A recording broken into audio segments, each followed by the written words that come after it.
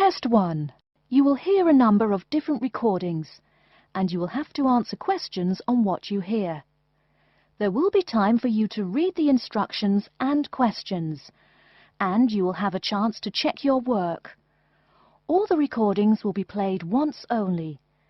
The test is in 4 sections. At the end of the test, you will be given 10 minutes to transfer your answers to an answer sheet.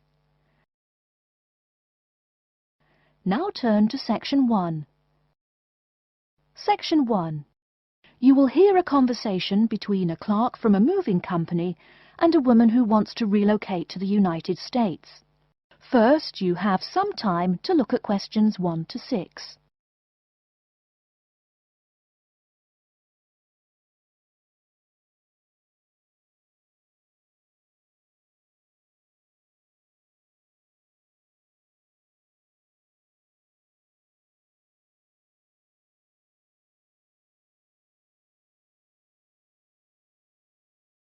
You will see that there is an example which has been done for you.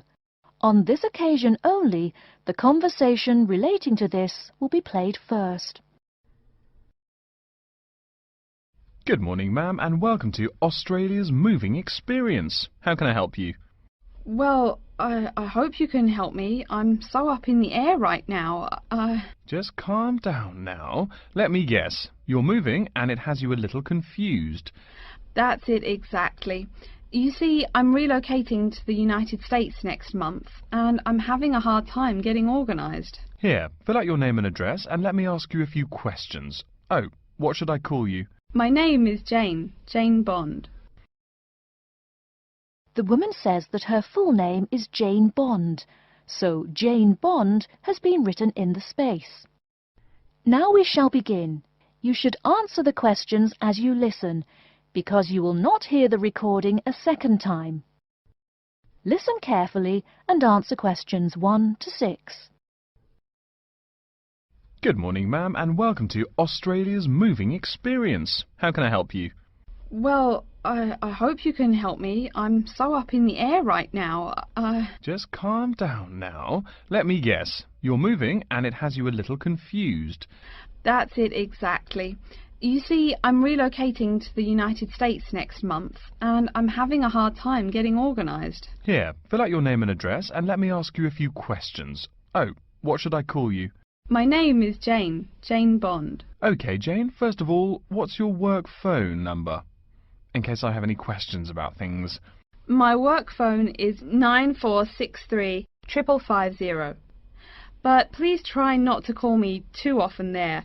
My boss hates personal calls. So does mine, ma'am. So does mine. And what address should we ship your things to? My new company is letting me stay temporarily at 509 Clark House.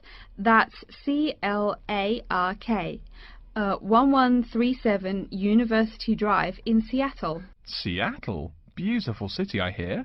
Mountains right beside the ocean almost. Cooler than Australia, too. OK, and when should we come pack your things?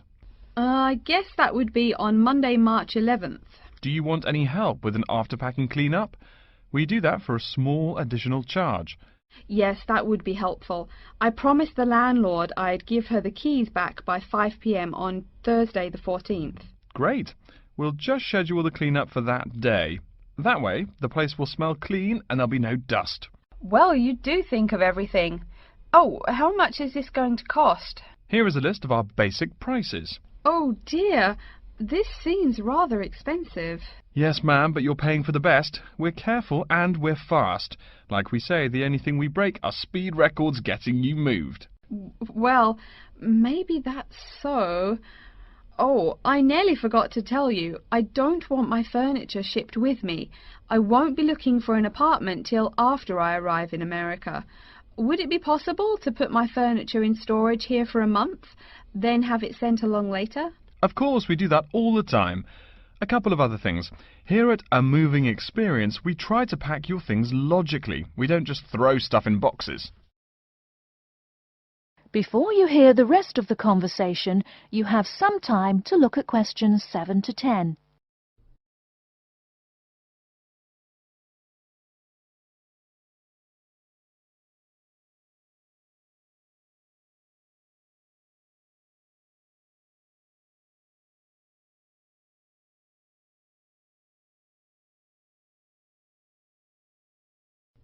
Now listen and answer questions 7 to 10. Do you have any special requests? You know, things you want packed in some special place so you know where to find them. Like what?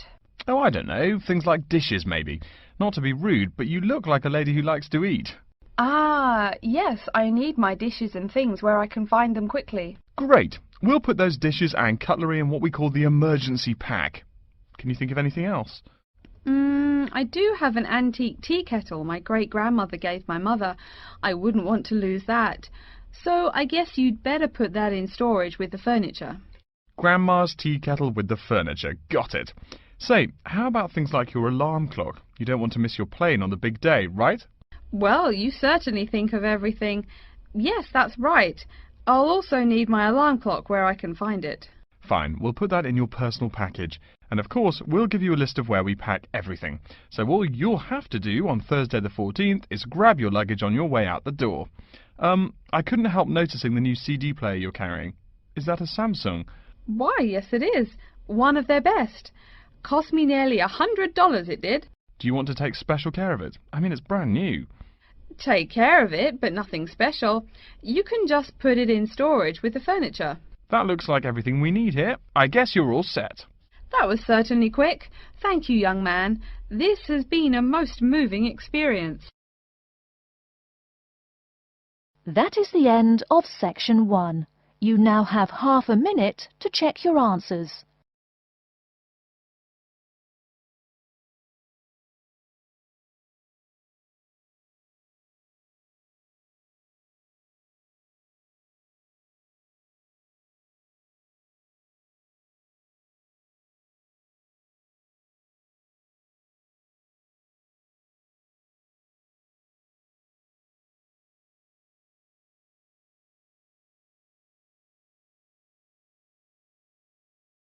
Now turn to section 2.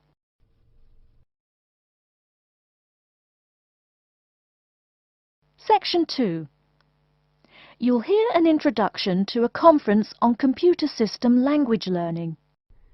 First, you have some time to look at questions 11 to 16.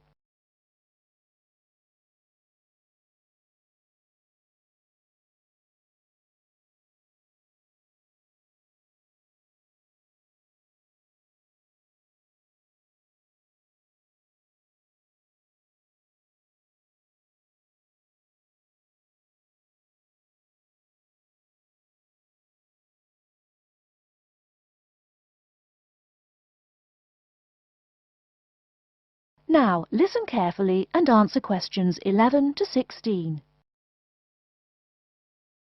Good morning, everyone, and welcome to the second annual Wullaballoo Conference on Mastering Computer Languages.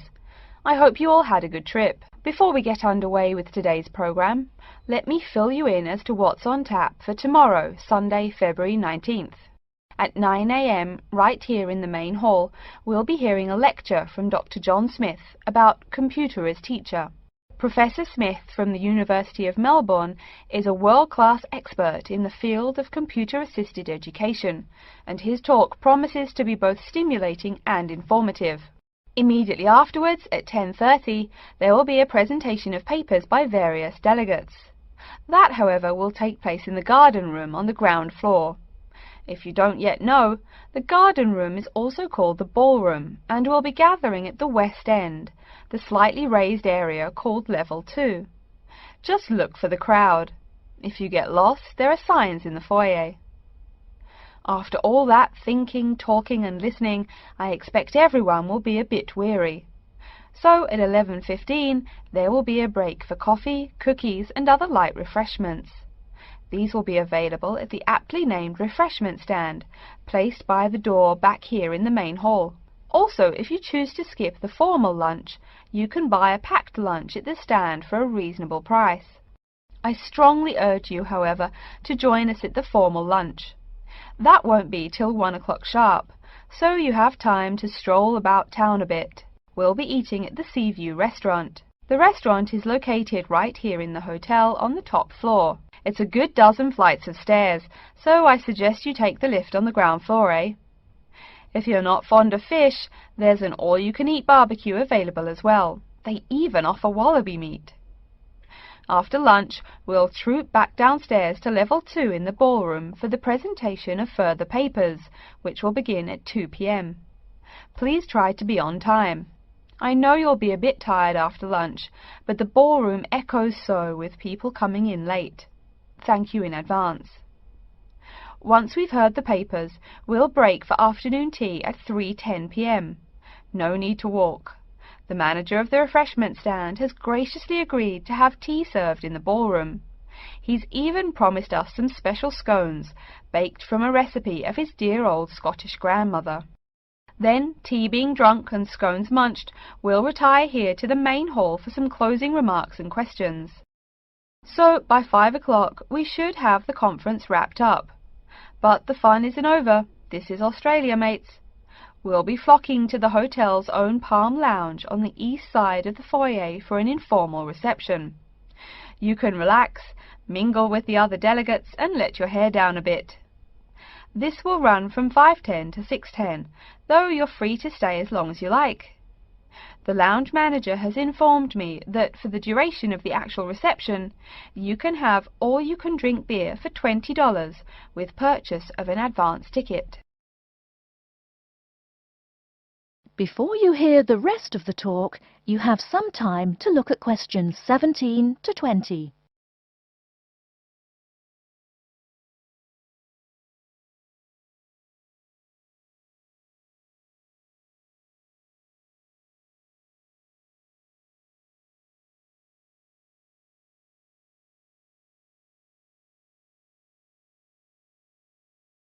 Now listen and answer questions 17 to 20.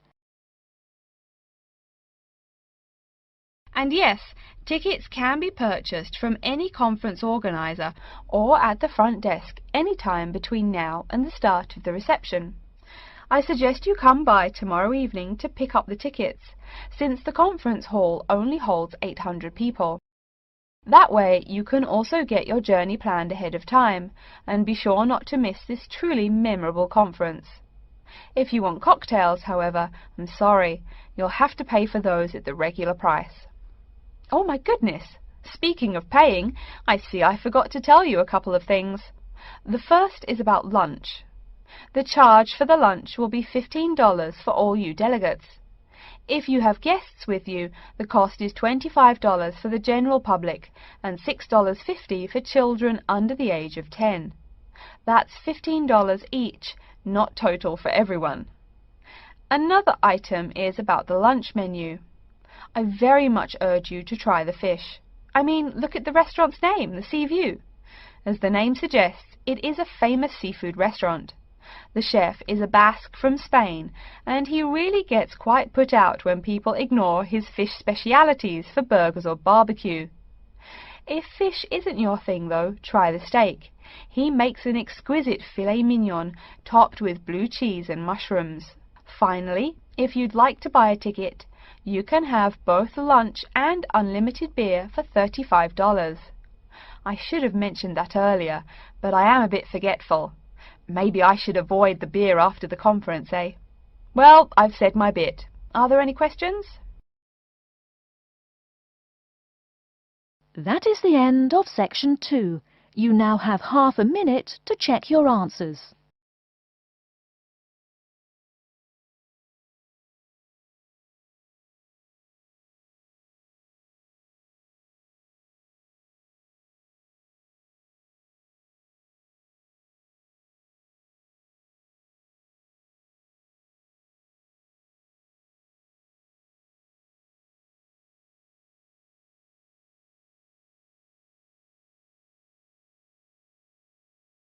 Now turn to section 3.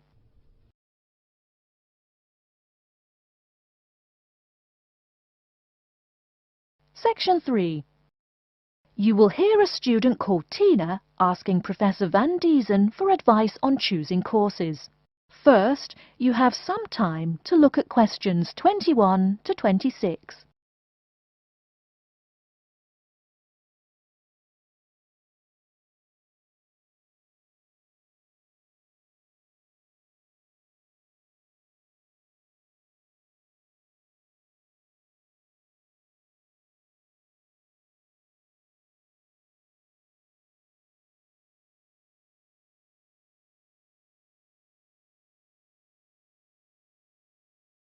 Now listen carefully and answer questions 21 to 26.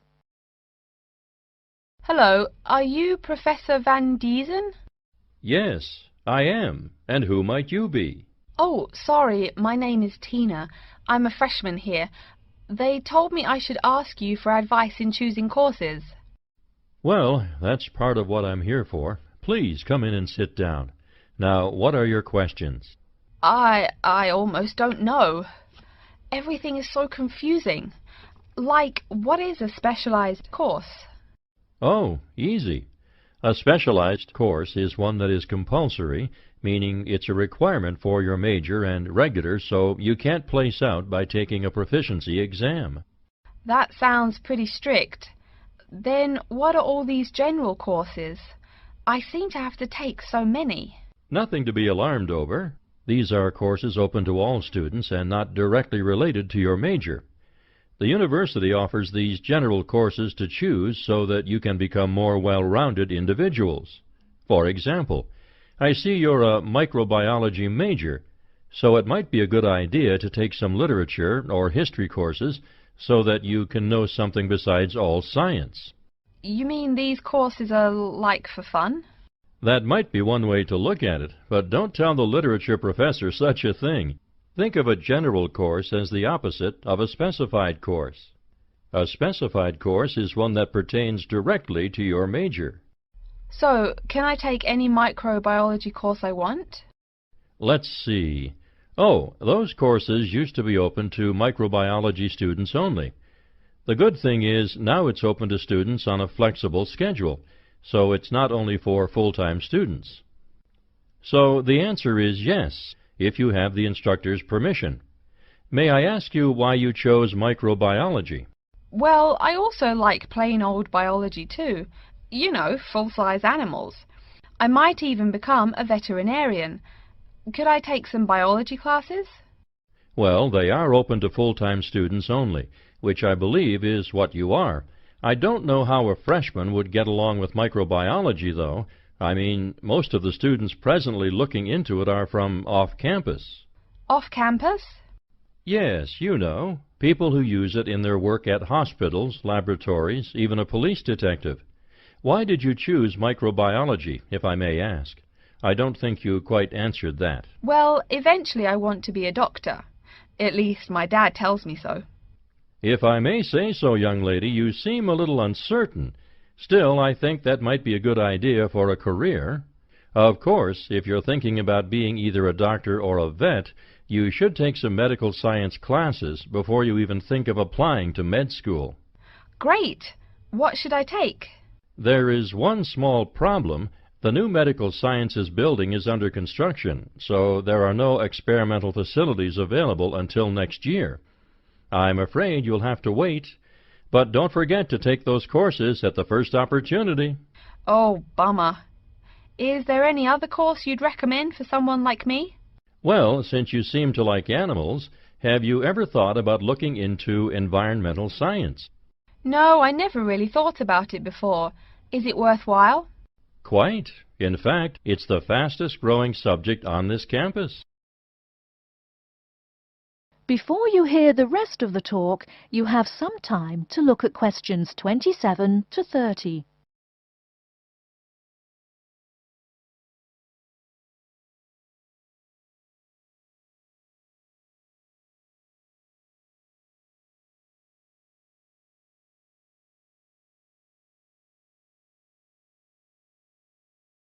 Now listen and answer questions 27 to 30.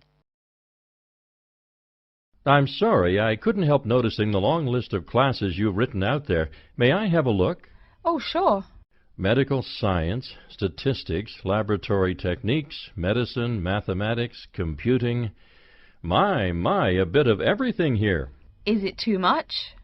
For your first semester, yes. What I suggest is starting out by taking the compulsory courses. Like we said before, the medical science can wait. Consider taking that in your sophomore year. I think I'd put off computing, too. I recommend to all freshmen that I talk to get the compulsory mathematics out of the way as early as possible, so take that one. It'll be one less difficult course you have to focus on when the science lab opens next year and you have to catch up on classes like laboratory techniques. Your major also requires statistics, so you have to balance 2 math classes, and no doubt you should take that. Otherwise, get your required medicine course out of the way by taking something theory-based. Oh, of course, and your environmental science class, if you're interested. The others can wait, though I think computing is definitely a good idea, even though it's not required. I see, too, on your paper there you seem to have had high marks on the entrance exam. Yeah, I guess so. Don't be shy. Have you thought about applying for a scholarship? Do they have any? I mean, my dad is always complaining about how much money it costs him. In your department there are actually 3 full scholarships available. They cover tuition and provide $1,500 cash. $1,500 cash? Party! Please, miss, the money is intended more as a textbook allowance, not party money. If you promise to behave, I'll show you how to apply. Great, and thanks. That is the end of Section 3. You now have half a minute to check your answers.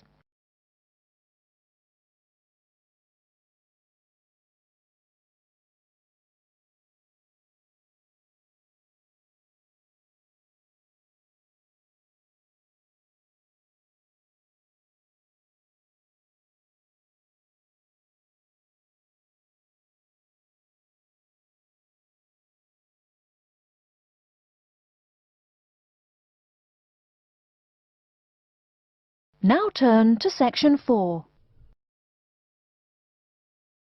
Section 4. You will hear a lecture about how to choose flooring materials. First, you have some time to look at questions 31 to 40.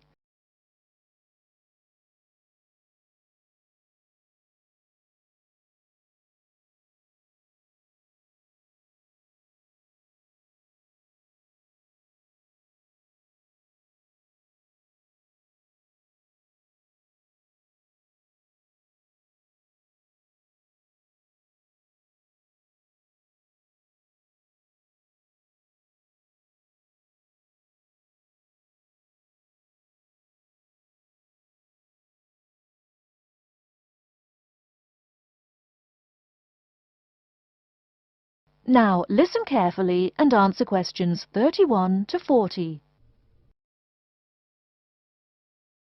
We've been talking about choosing building materials in the last week. Now, a great many factors influence the choice of building materials. You can't make a house of cards, right? And people who live in glass houses and all that. Anyhow, today I'd like to say a few words about flooring. Some artificial materials can be used, like plastic for instance, which offer mixed blessings when used as a flooring surface. On the one hand, plastic is cheaper than nearly any other alternative, short of bare ground. Plastic also does not warp like wood. On the other hand, the best that can be said about plastic is that it looks like wood or stone. However, it cannot replace the real materials. As I have mentioned, I'm fixing up a new house. The decorator my wife hired told me plastic does a great job of looking exactly like plastic. Besides, it scratches easily, fades or discolors, and starts cracking within a year or two. So, if you're fitting out a sleazy hotel or plan to live in a trailer park, go with the plastic. Really though, for all intents and purposes, this leaves us with wood or stone as choices for flooring. Stone and wood are alike in at least one respect. Both go through processing before they can be put to use. Since few of us cut our own lumber or quarry our own stone, this is not perhaps a pressing concern. Still, do-it-yourselfers would do well to remember to buy only properly seasoned wood. Unseasoned wood warps, and a warped floor quickly becomes firewood, and its owner quickly becomes poorer. Likewise, except for dull-hued materials like slate or sandstone, most stone floors are polished before installation. The choice goes well beyond just wood or stone. Each type requires many further considerations. A few special remarks are called for when considering wood. For example, as always, aesthetics, personal taste and layout all play roles, as well as the type of house or room. Oh, and certainly don't forget the cost. When it comes to cost, a rule of thumb is that the softer and less exotic the wood, the lower the cost. In the US, for instance, pine is both ubiquitous and cheap. Mahogany is imported and exorbitantly expensive. If you're on any kind of budget when remodeling, it's really helpful to remember to go for the softer woods. Aside from cost, there are still lots of different factors that are important in choosing the best flooring for the job. Continuing with the example of wood, one must consider the effects of each type of wood on the mood of the room. When selecting the best wood to use, particular attention needs to be paid to its grain patterns, texture, and colour. In rooms where relaxation or deep thought is the aim, say bedrooms or the study, dark, strong-grained woods are the rule. Here, the grain ought to match the furniture for a feeling of homogeneity. In rooms where activity and motion are typical, the dining room or living room, lighter, finer-grained lumber is more suitable. In such a setting, the wood grain might be useful in offering a contrast to the furniture. This leads to a feel of subconscious excitement in keeping with the room's function. In either case, though, consult a decorator. It is a decorator's job to know what materials to use to fit the function of the room. Though some things about putting together a room are subjective and based on one's individual taste, materials appropriate to a room's function are much more straightforward. A decorator takes the needs of the customer and uses a mathematical formula rather than subjective words. Since feelings vary from person to person, verbal descriptions of wood types tend to be ambiguous. You want the wood you select, not something approximate. And if you do decide to do it yourself, remember that all wood must be treated with preservatives to enhance its appearance and preserve its natural beauty.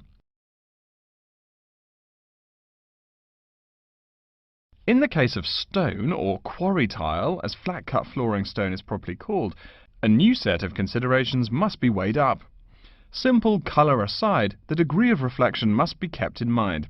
This is called the reflectance rate, which is expressed in a number between 0.0 and 1.0, depending on the amount of light it reflects.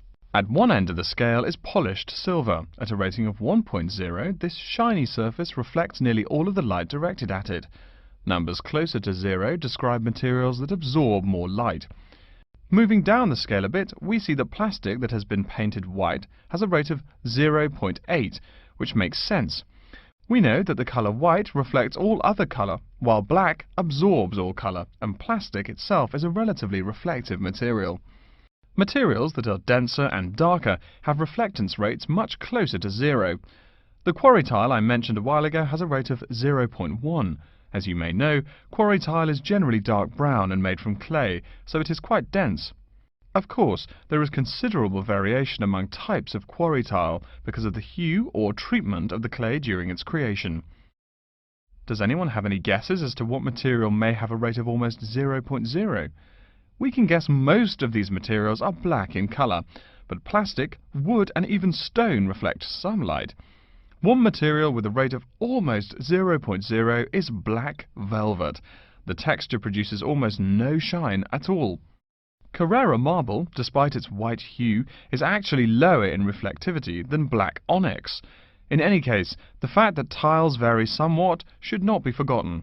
A highly reflective floor would not be suitable in a library. It would be indispensable in a ballroom, should your home be large enough to feature one. Again, a rule of thumb is that light means lively. Since form and material follow function, one should only use the more reflective materials in rooms where the cultivation and expression of energy is important.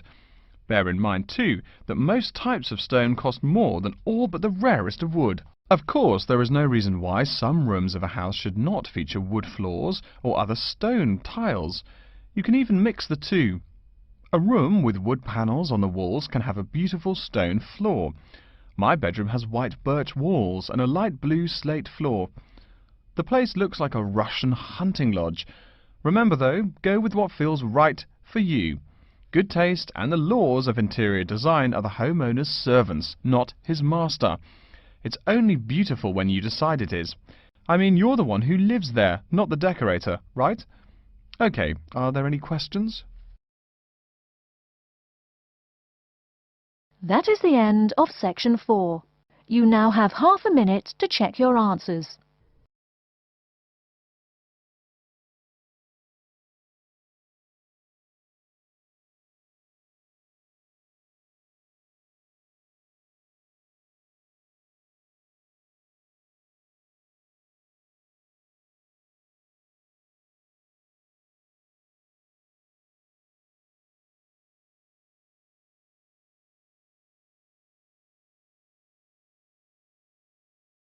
That is the end of the listening test.